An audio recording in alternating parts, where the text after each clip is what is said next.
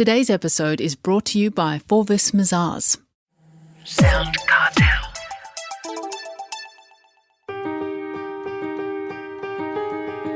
From SoundCartel, I'm Nicole Goodman, and this is Business Essentials Daily.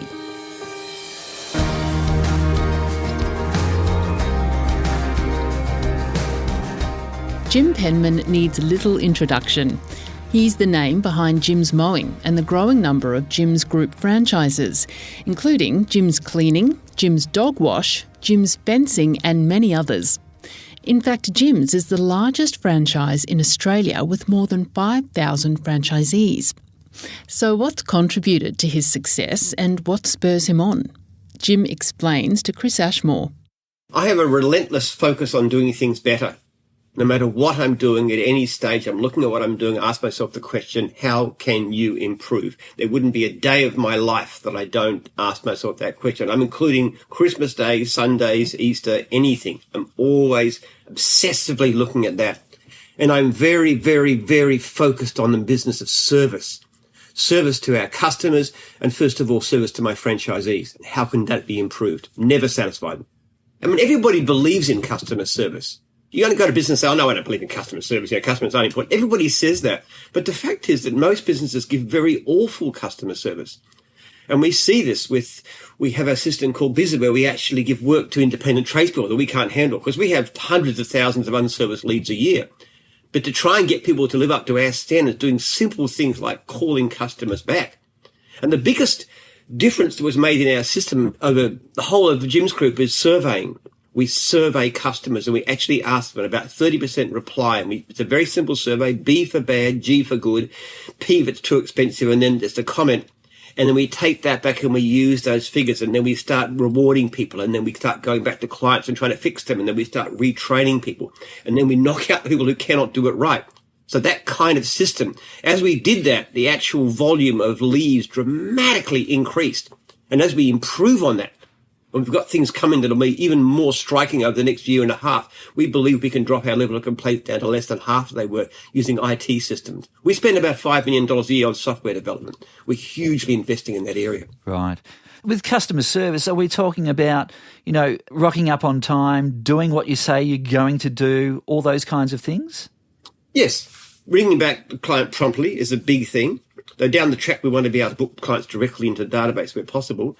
Turning up when you say you will. If you can't get through, what do? You phone them and you text them, then getting a quote done. If you email a quote, you've got to confirm it with a text, then you've got to go to the client, then you've got to satisfy the client. Ideally, you've got to amaze the client, and you've got to check that you've done the thing right. And then if anything does go wrong, you go back and fix it. There's a whole process at every stage. Even the way you prepare the quote. For example, when you do a quote, you've got to be very precise and detailed. Vacate, clean's not good enough. What are you doing? Are you doing the walls? Are you doing the windows? Are you doing the floors? What exactly is involved?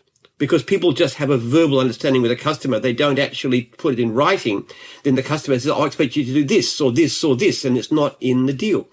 If you're going to weed the garden, what are you going to do? You're going to dig it or you're going to poison it? What does the customer expect of you? So you have a whole lot of things that we look at, all the problems that arise. And I personally, every day, sit down and go through every bad survey that comes into our company. Every poor survey. I don't read the good ones. They're lovely, but I don't read them. I look at them and I say, okay, what can we do? And then people, if they want to get a complaint cancelled, they've got to come back to me and they've got to show me that either they're completely done everything right. In other words, the client said you didn't ring. So they say, okay, here's evidence. I've called them. I sent a text within 2 hours. I did everything I could and the customer missed it. Okay, you've done your best. Or if they're not satisfied in some way, I want evidence the customer is happy in the end. Now, whatever you do, you have to give them their money back. You have to go and do the job again. I don't care what you're going to do. Satisfy the customer and I'll wipe it off. So this is my daily job. Wow. You've been in business many years, Jim. You've seen a lot of ups and downs in the economy. How are things going at the moment? Well, pretty good. Pretty good. We're not quite as hot as we were the year before last, but we've still got hundreds of thousands of unserviced leads. Our biggest problem is finding franchisees. And we're actually doing remarkably well considering the tight job market, which is not good for us. Jim's as a company likes recessions. As a person, I don't want a recession because I don't like to see my fellow Australians suffer. But as a company, we do a lot better when people are getting thrown out of work because we've got work for them. You know, if you get laid off as whatever you are, management, whatever matters, sales, doesn't care what you are doing, you can come and you can make a good living as an independent franchisee, part of Jim's Group. Same local team, new global reach. Forvis Mazars, formerly Mazars, is an international audit, tax and advisory firm committed to helping you confidently grow your business. Find out how Forvis Mazars can support you at forvismazars.com/au. That's forvismazars.com/au. Now, COVID-19, Jim, and the lockdowns, particularly in Victoria, had a huge impact on your franchisees. Can you tell me about that? Yes. Yeah, it was horrible. It was really awful. Because every single one of my franchisees has my direct phone number and email address. It's been part of our principle. There's well over 5,000 now. And I heard about this. I wasn't sitting in some cushy office with civil servants on me. I was hearing directly from the suffering. And it's not just financial. Though we had people who were really badly off. We had one girl who was a student, no government support, forbidden to run her business, which is dog wash, being threatened with eviction, couldn't afford to pay her meals. The other franchises were fantastic. They were giving her meal vouchers, and we said, if you get evicted, come and stay in our conference centre. So we looked after her. And actually, she made, back in work, she was making great money. Last time I heard, she was making $5,000 a week. But it was awful at the time. And just the emotional upset, people who just felt their sense of purpose gone. Because when you're doing something, you're mowing lawns, you're actually, it's not just a job. You've also got people who depend on you. You've got elderly people. You're the only person they might see all week. And they tend to become friends too. It's a very engaged thing. And people really missed that. It was very, very hard. And they'd be on the phone to me and they're saying, when's it going to stop? And I say, I don't know. What can you do? Did what I could. I see a shelf chock-a-block full of books behind you, Jim. I understand you're always learning. You're always challenging yourself in what you think you know. Is that right? Oh, yes, yeah. I love learning things. You know, in the last month alone, I've read 3 absolutely fantastic books which have completely revolutionized my way of thinking. One of them is called Bad Therapy, which is about all the problems with the therapeutic way of thinking about things and how that creates misery and mental illness. And one's called The Secret of Our Success, which is about cultural evolution and how our ability to learn from each other and develop systems, including religious systems, has benefited us. And now it's called The Weirdest People in the World by the same writer, which is about the rise of the West and the peculiar psychology and the way that the institutions of the Catholic Church. Now, these are all wildly different subjects, but they're also, wow, fantastic. It's so exciting to have your whole worldview changed. I'm in the process of writing 4 books at the present time with helpers, so I'm putting some of that into those kinds of areas as well. Can you tell me about those books?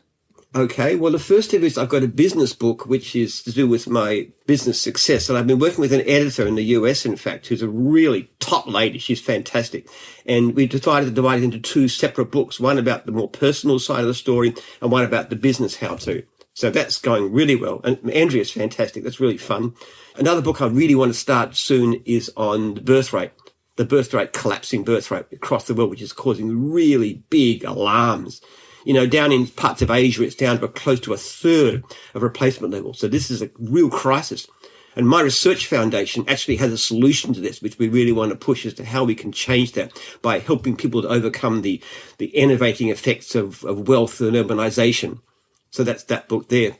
Another book I'm working on too is about health and happiness, and tentatively called the Health and Happiness Handbook. And I am 72 years old and I am bursting with energy and new ideas and physical vigor. I just walking along and I'll break into a run for the sheer joy of life. I'm having a fantastic time. There's a science to being healthy and happy. And there's certain ways of things you need to do, and there's certain ways of thinking about how you achieve that, how you get motivated, the kinds of practices and ways of thinking. And talking books is a big part of that. You're constantly innovating with these great work, these fantastic, exciting books. There's a book called How Not to Diet, which I've just finished, and it was just about a month ago. And that's a fantastic book. It's all about plant-based eating. And you listen to this thing and it's massive propaganda all the time. And even me, it gave a boost to, yeah, I'm really in for that. And it still affects my way of thinking. That was Jim Penman, CEO of Jim's Group.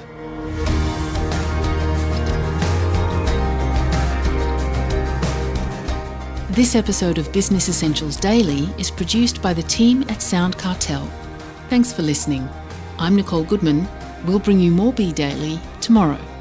Follow at BE Daily Podcast across social media and head to bedaily.com.au for more from the Business Essentials Daily podcast. SoundCartel. This episode was brought to you by Forvis Mazars. To find out more, visit forvismazars.com/au. That's FORVISMAZARS.com/au.